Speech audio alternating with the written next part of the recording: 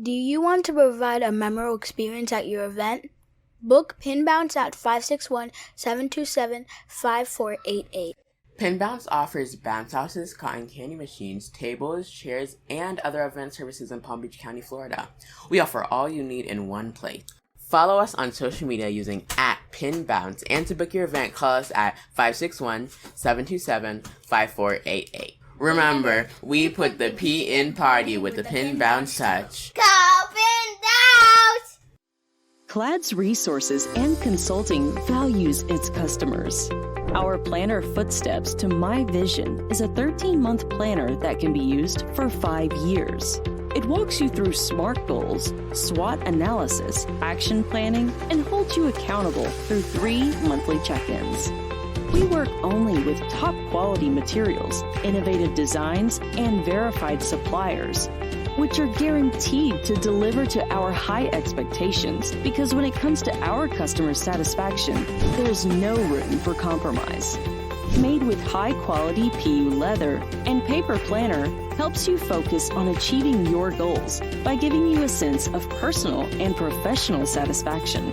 Some of the amazing features of this product: Vision Board Planner, Luxury Pen, 8GB USB flash drive, wireless mouse, ultra-elegant packaging box, available in 5 stunning colors: black, red, gold, pink, navy blue.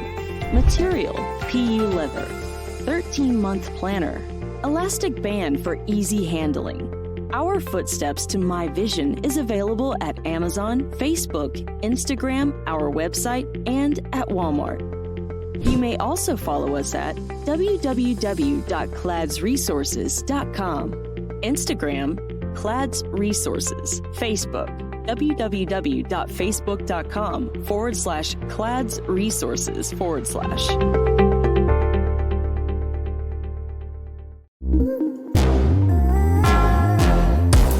Welcome to the Talk with Clads podcast. Your host is Katie Ann, an island girl on a journey with her guests to learn about their backgrounds, businesses, passions, experiences, life lessons, and wins. Come and laugh, cheer, learn, and plan with us.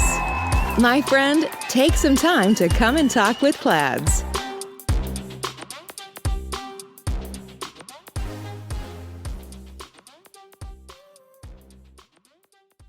Hello world, welcome to Talk with Clads. My name is Katie Ann and I will be your host for today. Welcome everyone. We have a special guest in the house today.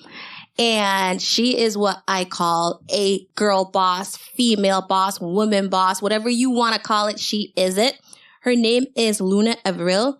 And she is from Anchor 365. So everyone, please welcome Louna. Louna, welcome.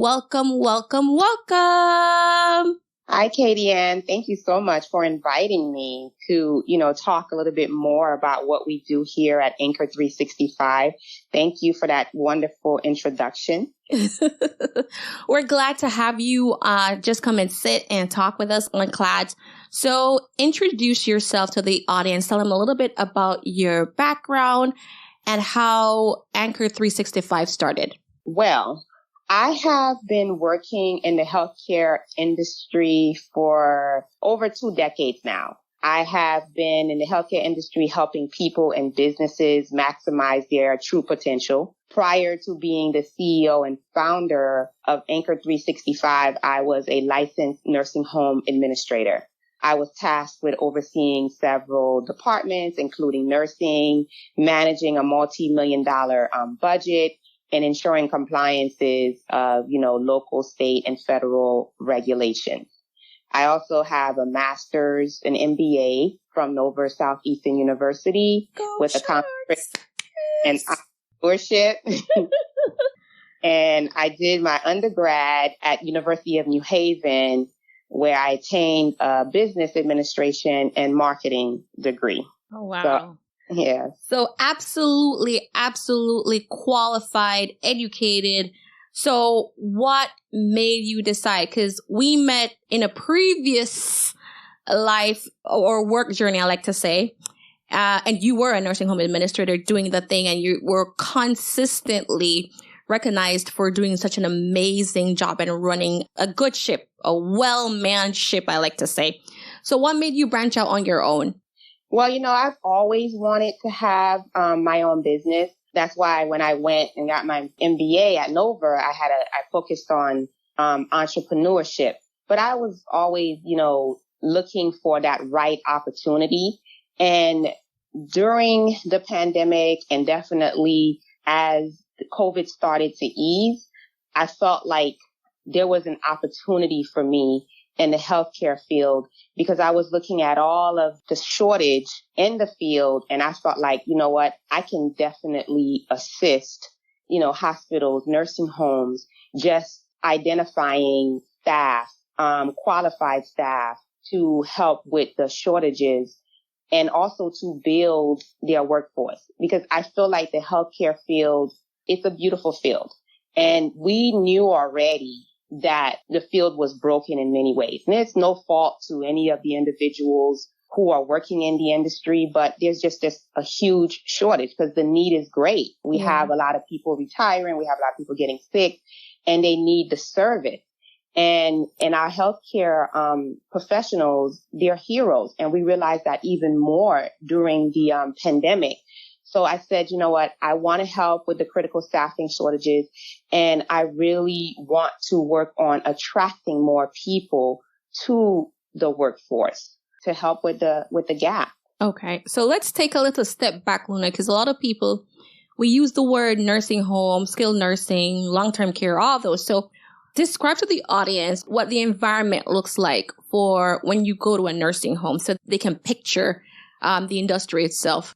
Okay. So when you go into a nursing home, most nursing homes, they have two components. You have the skilled, which is you coming in because you had an injury and you're coming in and you need rehab. So you're coming in temporarily. The rehab staff are going to work with you and the nurses. All of the clinical team are going to get together and they're going to help you to recover and make it back home to your loved one or go back to assisted living or go to your personal home, whichever, whatever it is or wherever you were before, you can return home. The other piece is that someone can come in and they need long-term care, either because they have retired or they may have some kind of medical issue that requires them to have 24-hour care. So a lot of times people think that, you're going to go into the nursing home and that's where you're going to, it's because you're going to die when you get there. And you heard that a lot about, during COVID, that nursing homes were getting a bad rep. But it's really, really, truly, it doesn't mean that it's end of life. You still can have a quality of life when you get into a nursing home. It's just that you need a little bit more support that either your loved ones cannot provide or you cannot receive in your prior setting. And now you need to come in and get 24-hour care. So you're going to have activities. You're still going to be able to participate in certain activities. It can be within the facility, outside of the facility. You have your meals there. And every facility, depending on the level of care, the type of meals you receive is different. But it's always going to, our goal is to make sure in the nursing home that you are receiving, meals of your choice. So it's still being patient or resident centered. That's basically what it is when you move into a long-term care or a skilled setting temporarily. Okay. And then the types of people or employees that you would typically see in a nursing home, it ranges. So you have your nurses, you have the food services. What other areas would you see working in a nursing home? So you have your maintenance staff, you have your administrator who is overseeing the facility, you have your director of nursing that's overseeing the clinical aspect, you have your certified nursing assistant who are working with the residents on a day-to-day basis. You have housekeeping, you have your food service director, you have your social worker, you have your MDS coordinator. Those individuals are making sure that they're looking at the medical records and certain things to make sure that we're billing accordingly. You have your business office manager. It's a lot of people who are working together to ensure that the facility is running great, following all the guidelines, the federal regulations, because we're highly, highly regulated. And then also ensuring that the residents are receiving the care that they need. And we usually use the term residence because even if you're there on a short-term basis, because it is your home and the goal is to have it patient or resident-centered care focused because it is all about you. We're visitors coming into your home. Yeah. And so COVID strikes and we have all these residents, and just think about all the types of job titles that Louna just listed. And then they're affected in many ways because they're considered essential workers. So they still had to go to work. Meanwhile, schools are closed down. So the kids are home. Daycare centers are closed. And a lot of places where they used to have the support system, it's no longer there, or they're overworked. So then hence comes a shortage, or people just exit because they didn't know what COVID is or what COVID was. And there comes the shortage. And so you were able to identify that critical need. And that's how your Anchor 365 starts. So what would you say? How do you differ from your competitors? The way I differ from my competitors is, yes, we all provide similar services, but having been, and I still sometimes work as an administrator, if needed, I make sure that when I am hiring someone, that I am vetting them. I am not just hiring you because you are a nurse, you are a CNA, you're an administrator or so forth. I make sure that I vet you and that you understand that these are our values, these are our philosophies, and it has to be aligned with ours. And I also look at the clients that I have. These are the facilities that I am serving, and make sure that you're a great match for them. Because sometimes you may have some healthcare professionals that want to come in and they don't understand that when you're going in there, you have to be able to adapt to different work environments. You have to have strong clinical and critical skills. You have to be able to work under pressure. You have to be solution focused. That sometimes you may go in there, you're going in on a crisis sometimes. So they may not have all of the resources. They may not be able to really teach you everything, but you have to have certain skill sets. So when you go in, so if you don't know the EMR system, if you're unable to work with trach patient, and this is the individuals that they serve, if you can't work under stress, this may not be the right facility for you that I may place you. I have to find, the right setting, or you may not be able to work for me. And I may also advise you that, go and get some experience, get a full-time or a part-time job in whatever setting it is. Either it's a hospital, it's a nursing home, get that training, and then come back and do agency work. Because when you coming in and you working for an agency and the facilities are paying a lot of money and they're trusting us to identify individuals who have experience to come in and work. So I can't just pick just anyone, because some companies, they'll just hire you. But I don't do that because I know what it feels like on the other end. When you come in, I'm expecting you to be able to perform, a task for me. We have expertise in risk and crisis management, and we're committed to helping our clients build and strengthen their team while navigating and evolving through the healthcare industry. So if my staff come to me and they tell me that, I noticed this, I noticed that in a setting, I have no problem with calling the administrator or calling the director of nursing and communicating with them and letting them know, this is what we saw. How can we assist you? Or, just so they know, because sometimes they may not see everything that is going on because they have a crisis. So I want to let them know I can still bring information to you and to communicate with you and ask you, what did you notice when my staff was on the floor? Was there any issues? Is there anything that you feel like we can do better? Because it's a partnership. I want them to succeed. And we're here to advocate for nursing professionals by addressing the challenges that they encounter, their daily in their work environment. And we're definitely devoted to expanding and enhancing the talent pool within the healthcare industry. That's why sometimes I may tell someone you need to go work there full-time or part-time, or, in directing people to career resources and saying that you can go there and see if they'll be able to pay your tuition based on your income so you can enter this healthcare field. Yeah. Healthcare is tough. One of the things I noticed that you said even on your website was that, the system is broken. It's a very regulated field, and there are many loopholes sometimes that people tend to try to jump through. So to hear that your business strategies is aligned with what your ideals and values are, that's really refreshing to hear. You know what I mean? So for you just providing the advocacy on both the candidate and as an employer yourself. That's absolutely refreshing to hear. So what motivates you on a day-to-day as an entrepreneur? Definitely learning, because when being in this field on the other side, I mean, I definitely enjoy learning new things every day. If it's technology, different ways of recruiting and so forth. I love it when I am able to meet my client needs, or when I'm able to communicate with my staff.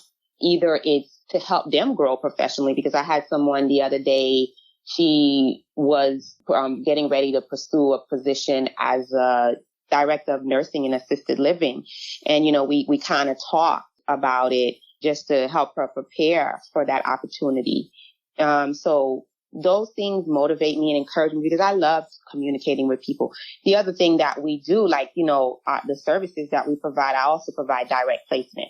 So I get to do a little bit of career coaching with individuals just to prepare them for their interview, or to help them try to figure out what they want to do next. Because you have, director of nursing administrators who are looking for something else to do. They want to transition. So I like to have those kind of dialogues with individuals, because we don't just provide the, per diem staffing, but we provide the contracted staffing. So where people can work maybe 13 weeks or more with you, so that way you have that consistency. We have the contract for hire, where our staff is able to work with and at the facility for a while, and then that gives the employer, the client, the opportunity to assess and see if they may want to hire that person, instead of them paying all the onboarding fee and then realizing that I don't really want this isn't the right candidate. But then this gives you opportunity to assess the person. And then we do consulting services. So we may assess and help you with ways to save money. We provide, quality assurance and performance improvement services, interim leadership services, risk assessment, and education, or linking you to certain educational tools. So it motivates me to be able to help individuals. I get motivated just by learning different things, interacting with people. Those things really motivate me. And just knowing that I'm doing my part to help, strengthen and grow the healthcare industry. Yeah. I mean, wonderful, wonderful, wonderful. So as a customer, both as a candidate and as an employer, give us a glimpse of what your customer would experience if they said, okay, hey, I want to apply for such and such a job. What's the process like as a candidate? And then also on the flip side, if I say, Louna, I want to hire you as a consultant. So as a candidate, when someone reaches out to me, I let them know, this is what I have available. So then they tell me if any of those things fit them. And I also usually post my positions, my needs and so forth. So you're applying for it. Let's say you're applying to be a nurse with us. So then I tell you what the process is, because we do everything electronically. Every now and again, I may have someone come into my office. So I have you provide me all of your credentials that I need. And this is, of course, after I've vetted you. I've had conversations with you to make sure that it's the right fit. So we've decided, okay, we've had a dialogue. We feel like this is the right fit. So we're going to move forward. So you give me, I tell you where to go. I give you a link and I tell you these all the information, you need to upload. Just the onboarding, the COVID, your license, your driver's license, your nursing license, everything that I need. I have a checklist that I send to you and I tell you to upload it. Then I make sure you fill out all of the paperwork that needs to be completed.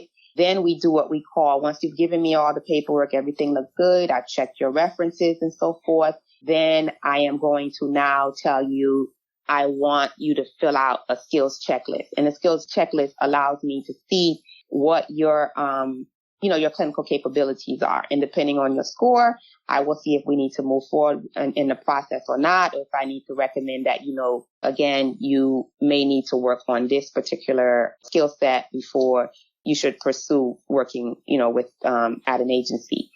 The other thing is, it depends on my client too. Some clients may say that I want the individual to take a test. So I do have a test for you to take.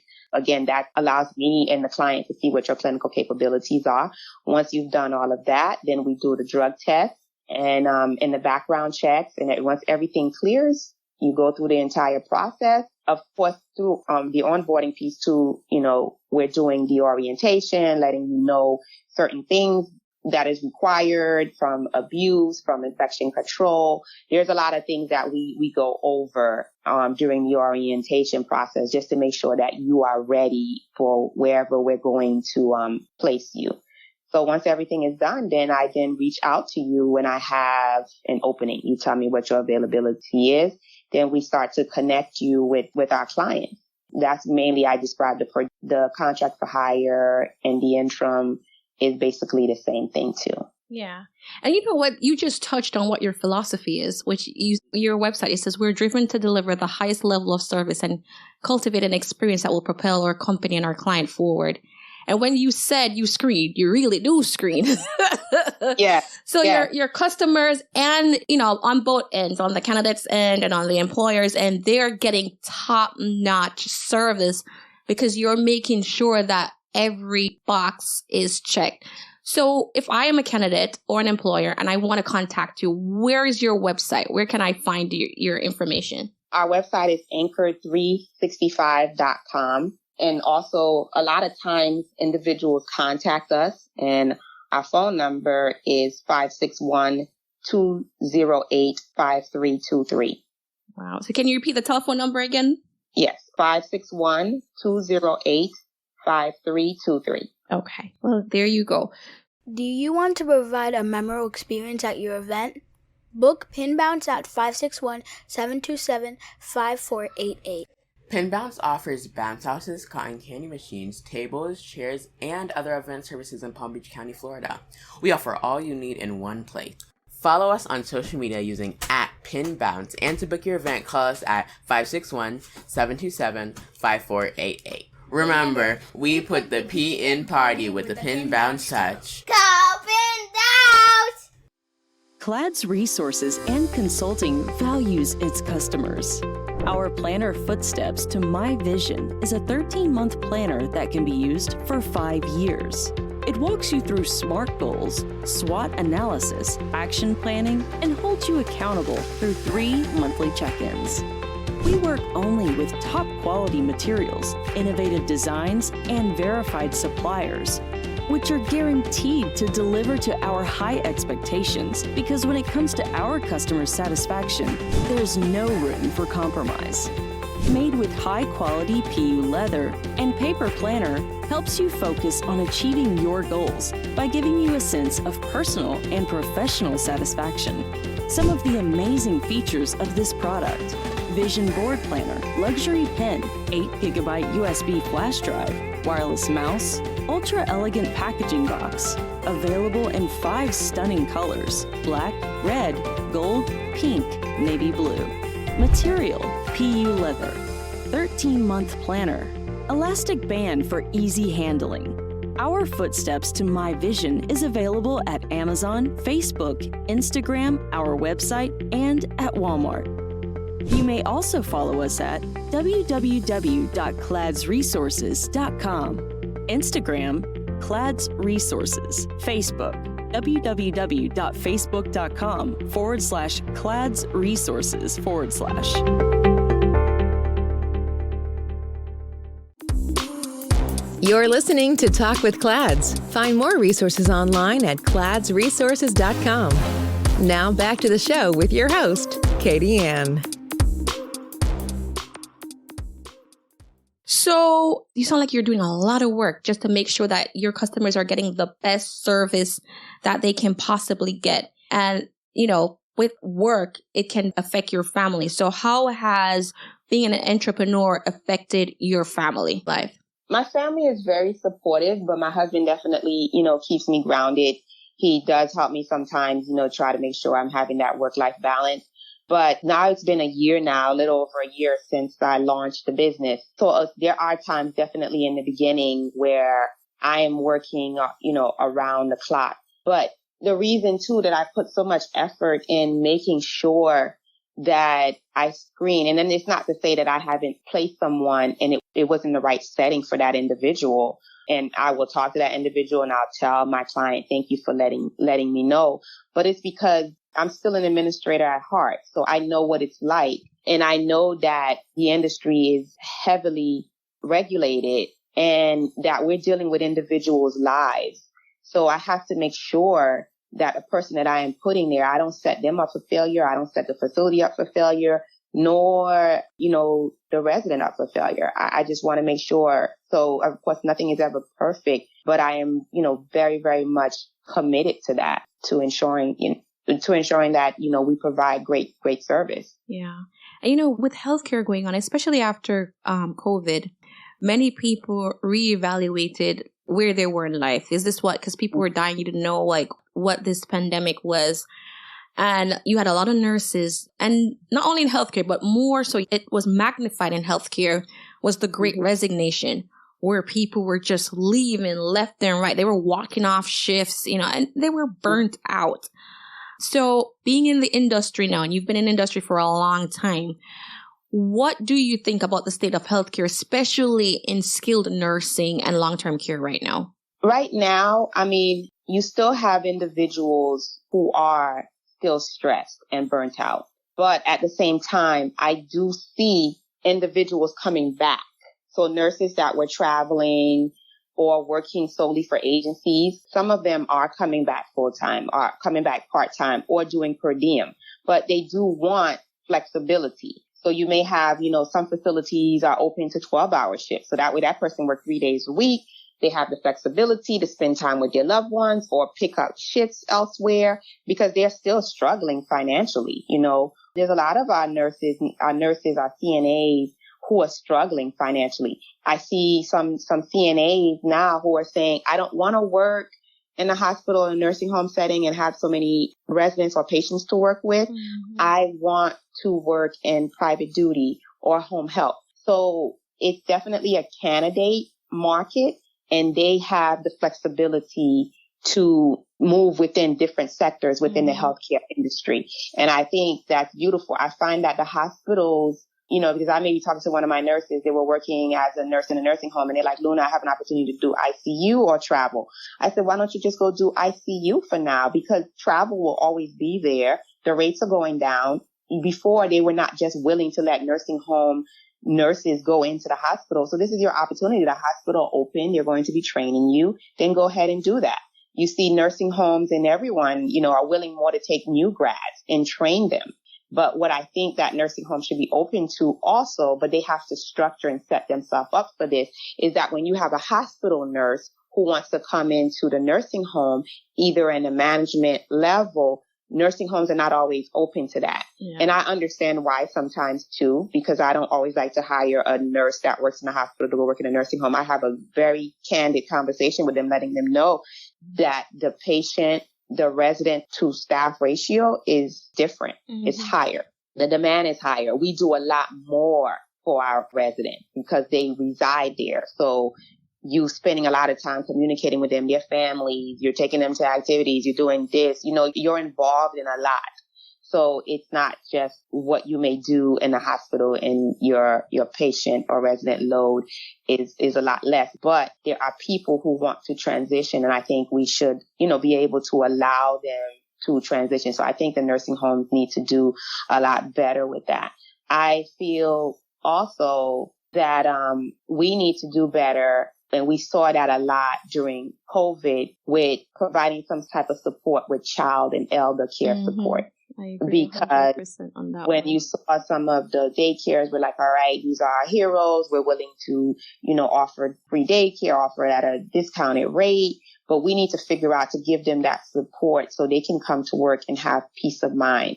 We need to provide more mental health resources, improve mental health resources for them, because it is exhausting. It's a lot, because you hear nursing staff say sometimes, I just conducted CPR on one of my residents, and here comes my manager just getting ready to talk to me about all the things that I didn't do or the next thing, so, and they're still trying to recover that I just either lost a resident or, save someone's life. So, so we still need to be human about it and be supportive and understand that, they go through a lot on the floor when they're providing care. I think we should also be open to, in the healthcare field, with creating opportunities to recruit overseas and to use agencies that already offer those services. because there are other people overseas that are willing to do. We do it very well for the hospitality, but not just, CNAs, but also for nurses or doctors, anyone in the healthcare field. We have to be open to that. And people think a lot of times working with agencies is a bad thing. I used to think that too before, until COVID happened. And I realized, like, you know what? This is a partnership. We can work together.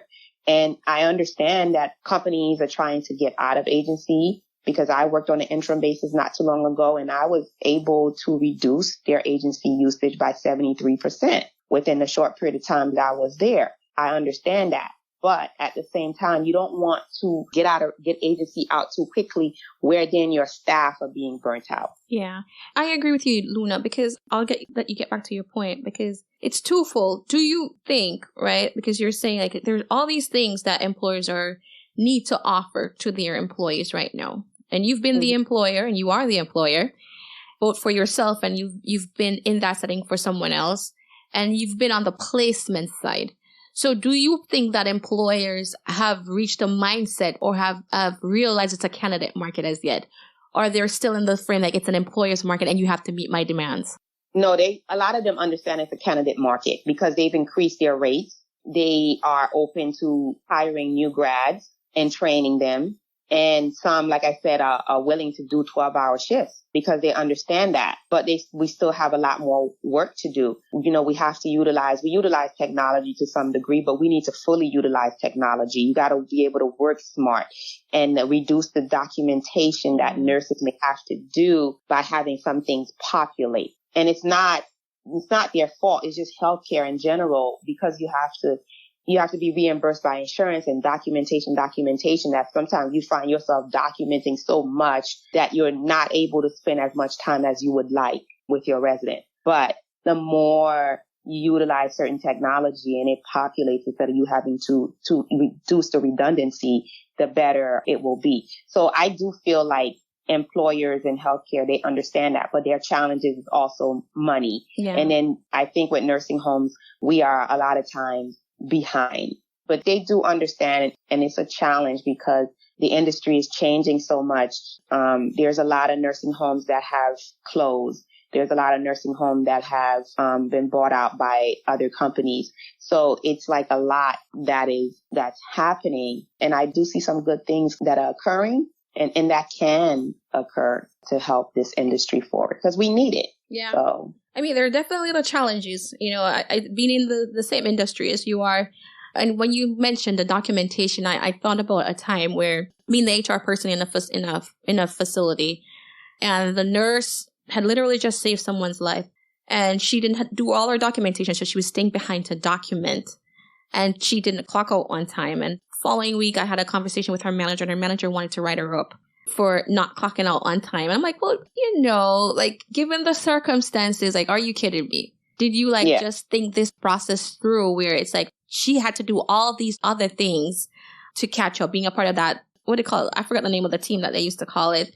And, that's draining itself to see someone expire, and then you still have to catch up on whatever work you have to do. And then you're gonna write her up afterwards. So that was something I thought about, where we have expectations of the nurses, not only the nurses, the CNAs, and it's just the industry itself. And then we have to look at the government reimbursement. Is it meeting, that's why they sometimes have to cut staff, because they're not getting the necessary reimbursement. Everything is run very thinly, I would say. So as an entrepreneur, like, what would you say is your biggest fear, and how do you manage that? It's always trying to figure out how to pivot, because yes, people are trying to reduce agency. So then you're looking at different ways to assist them. So I'm not trying to force you or, to use agency, and I couldn't even force them even if I tried, but I want them to still see there's value in the services that we provide. So if it's consulting, if it's direct hire. So we focus more on the management aspect. So I can find you a unit manager. I can help you find an administrator, or even if you need someone just temporarily, we can assist with that. So we're trying to help you stabilize as you're getting out of crisis, but we can still help you with the direct placement. So it's always trying to figure out how to pivot, always trying to figure out what other services that you can offer to branch out. Sometimes it's coaching administrators, because when I place an administrator somewhere, I check up on them for the first 3 months, just to see what is going on. Yes, my client hired me, but I still want to have a conversation with that individual. And I may not, my client didn't tell me I have to follow up with the person for the first 3 months, but I just do that just to make sure that, they're comfortable. And from administrator to administrator, I can be supportive. And even if they're not an administrator, but I've worked and I've supervised people, I can help you manage through whatever issue that you may be having so you can feel comfortable to go and advocate for yourself before that individual says, you know what, this is not the right place for me. Yeah. And talk about customer service. And not only that will make that person, if that position doesn't work out, that person will come back to you for other positions. Yes. Absolute customer service. So what's one thing you wish you knew before you began this journey? That it can be lonely at times and not everyone is willing to share with you, information with you. So I think that's why I reached out to you also, because I was like, it was you and someone else, and let's have lunch. Let's share ideas. Let's see what's going on. What can we learn from each other? What's some of the challenges? Yeah, that it can be lonely and that you have to pace yourself. It's okay. Just because you see another company doing something, you have to understand that it takes a lot of work. You have to build it and then it will happen. And you don't have to be like everyone else. It's okay. I pride myself in understanding that it's a boutique type of service that I provide. It's not about how many people I serve, but how well do I serve the ones that I am working with. So, it's definitely can be lonely, but it's very rewarding at the same time. Yeah. You say like sometimes, being a journey, being in the space of entrepreneurship, and sometimes you have people that don't want to share ideas. Do you think it's a community thing, or has that not been your experience where it's one group not wanting to share, but you have other groups that are willing to share? There are other groups that's willing to share because YouTube University, I find a lot of, individuals that are willing to share. And it's okay to get a coach. I got a coach, and then we have these groups. And so we can communicate and we share experiences with one another. So that way, you are a part of a community. So that way, it's not everyone that's not willing to share, but some people are willing to help and support. And I'm always willing to help and support. Yeah. And I feel the same too. Like, I feel like if that person wins, I'm winning too. So I believe in community, the community itself, but not everyone. I just an observation from my part. Sometimes, and maybe it's a cultural thing where I'm like, I'm not going to say one culture like to share and some other cultures like to share. And I wish that would change because we are all in it together. And if we are able to do it as a team, then, our bandwidth is a lot larger. So what life lesson would you say that you've learned the hard way so far? Along this journey? Life lesson. That's a very good question. I've learned, and I'm still working on this, that marketing is something that I have to get better at, that it's okay to reach out to individuals. And if they say no, it may be no today. It may not be no all the time, or they may refer someone to you, or it may just be a no, and it's okay. You just move forward. Don't let it stop you and paralyze you. You must continue to market and to reach out to individuals. Because my coach would tell me, stop thinking as an administrator. You're on the other side now. Because I'm always trying to justify, well, I understand because I was an administrator and I understand that it's expensive as this. Or when you're trying to figure out your rates, if you're providing consulting services, you are not charging what you're really worth. Because again, you're thinking about the other, individual, because I'm a person I like to serve, but I have to remember I'm an entrepreneur. It takes time for me to do what I need to do. I'm providing great services and skill sets to that individual. So if those are my rates, those are my rates, and be comfortable with that. Your rate is your rate. I mean, they're getting top-notch services. Yeah. And we were having a conversation pre-taping. I thought about this as women sometimes, and this is not going to be a man-woman podcast, but just an observation. And you can tell me if you agree or not, that men are more likely to negotiate their rate than a woman is. So if you tell someone, hey, this is the cost of my services, and they'll try to negotiate you down. But if a guy comes in and he says, listen, this is my rate, or this is what I'm asking for a paycheck, and if you even give him a number, he's going to negotiate it to what he thinks he deserves. Where women, on the other hand, they're a little bit more like, well, okay. So do you think sometimes when, like you're giving well, I don't want to say because you're a female, but it's just, me rambling and saying it's an observation. But do you think that has anything to do with it? Because I feel like sometimes we definitely will bend. We settle.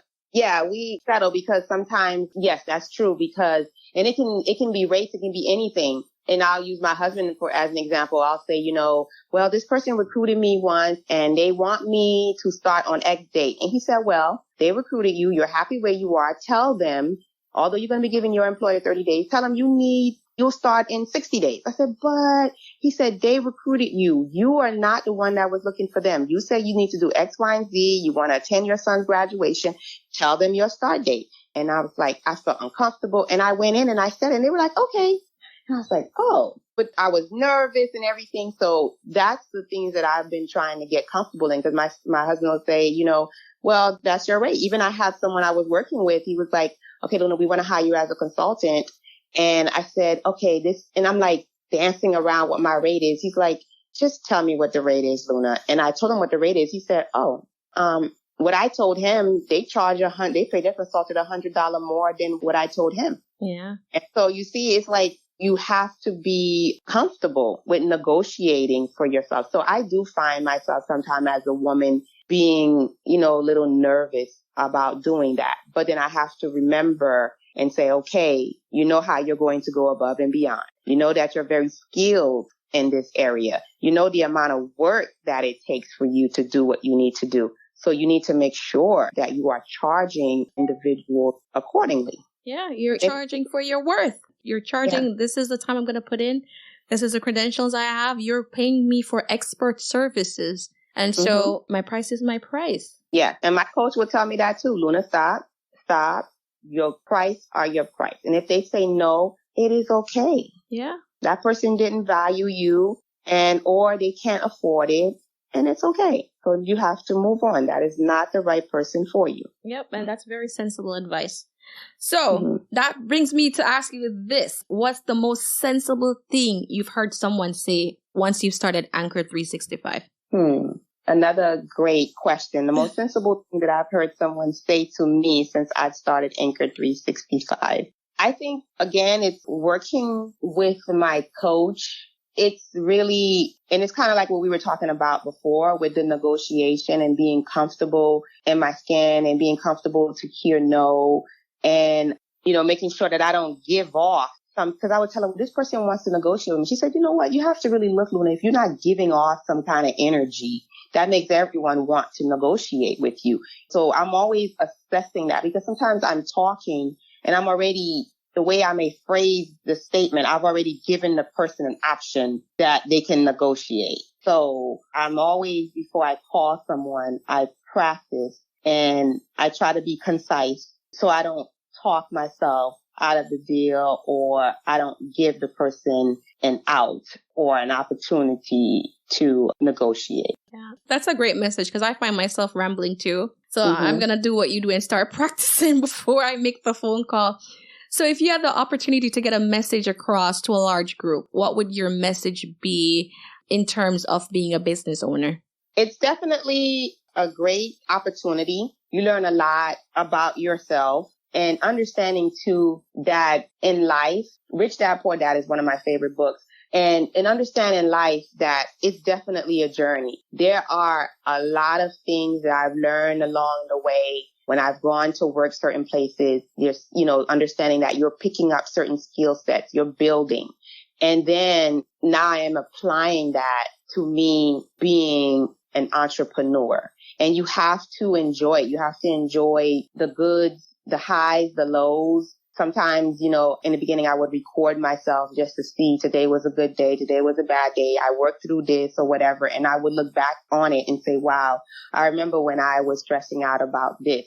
But definitely understanding it is a journey. Life is a journey. It's a building block, but it's a great, great opportunity.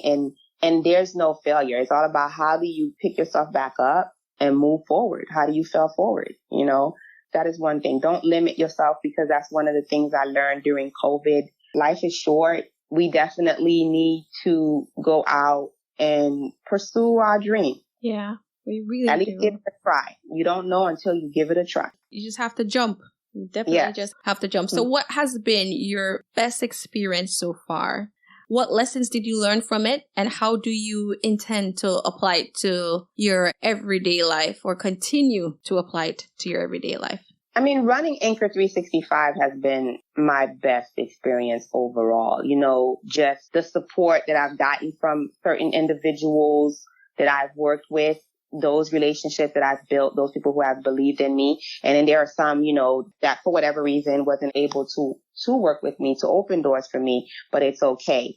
But just being able to really start my business and just have individuals who are willing to work with me, to have nurses, you know, that I've worked with before that were willing to travel from Palm Beach to Broward for me. They were like, well, I'll do it. It's a good distance. I'll do it. Or, you know, to go to Martin or whatever it may be.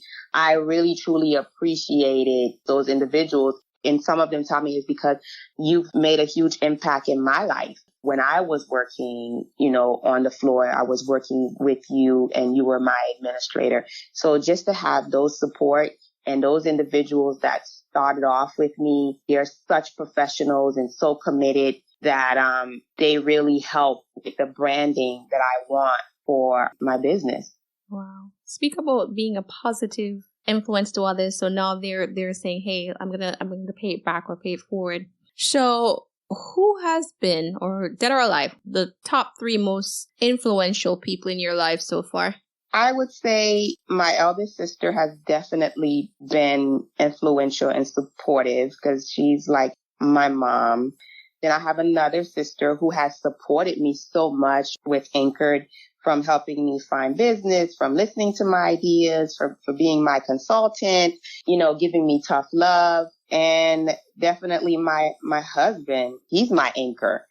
Every time when I would come home and I said, I want to try this, I really want to try this. And he was like, all right, let's put a plan together. Let's look at, you know, what you have and make it happen. Just let me know and I'll be there to support you. And I know you said 3, but I would definitely say Michelle Obama when she wrote the book Becoming. Wow. Because when I was listening to that, I was like, wow, I can relate to that, because I always feel like I'm becoming. I'm always questioning, you know, like I did this year. Can I do it again? So it's always, I really, really like that book, because I do feel in life we're always becoming, and it's okay to be coming. Wow. It is always exciting. Michelle Obama, what she said, when they go low, we go high, right? Yeah. I absolutely love it. I actually read that book too. Well, the audio version. I didn't read it. I listened to it.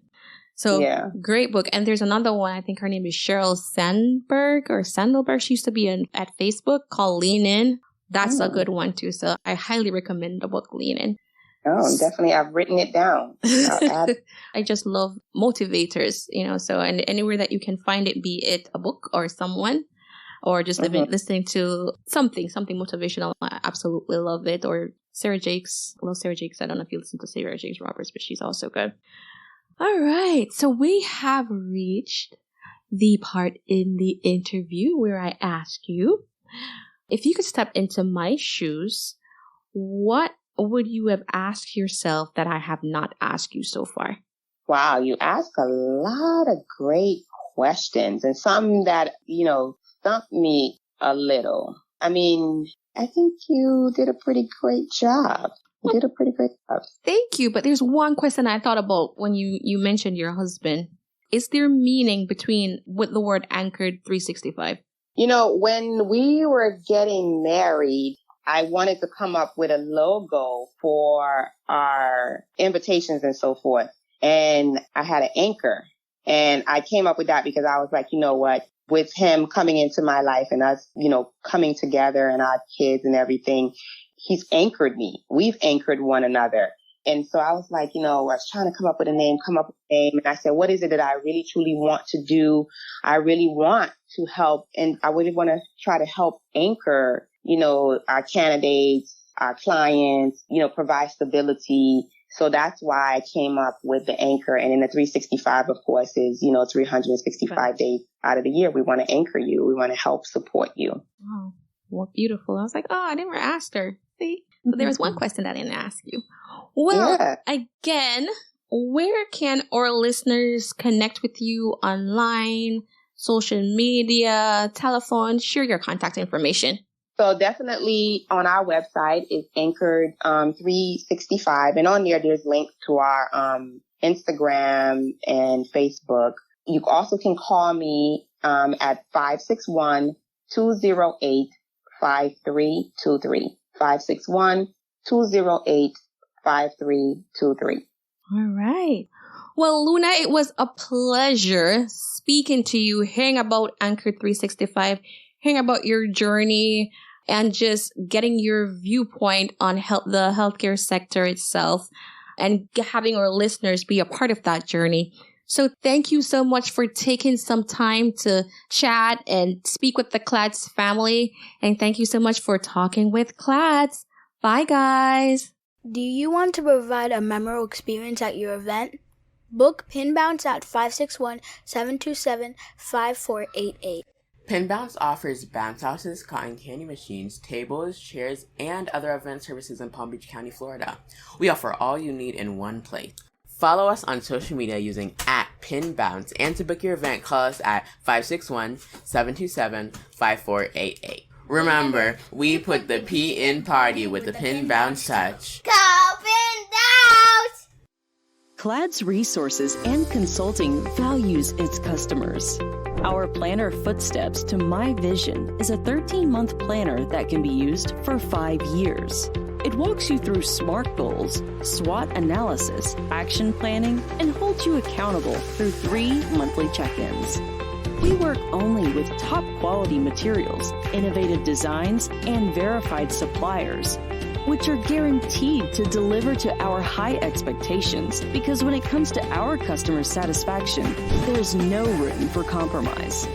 Made with high-quality PU leather and paper planner helps you focus on achieving your goals by giving you a sense of personal and professional satisfaction. Some of the amazing features of this product: Vision Board Planner, Luxury Pen, 8GB USB flash drive, wireless mouse, ultra elegant packaging box, available in 5 stunning colors: black, red, gold, pink, navy blue. Material: PU leather. 13-month planner. Elastic band for easy handling. Our Footsteps to My Vision is available at Amazon, Facebook, Instagram, our website, and at Walmart.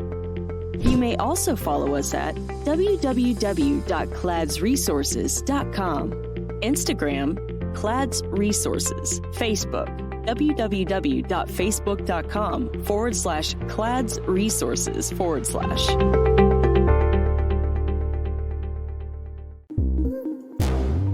Thanks for listening. Find us on social media at Clads Resources and online at www.cladsresources.com. Our planner, Footsteps to My Vision, is also located on our website or on Facebook, Instagram, or Amazon.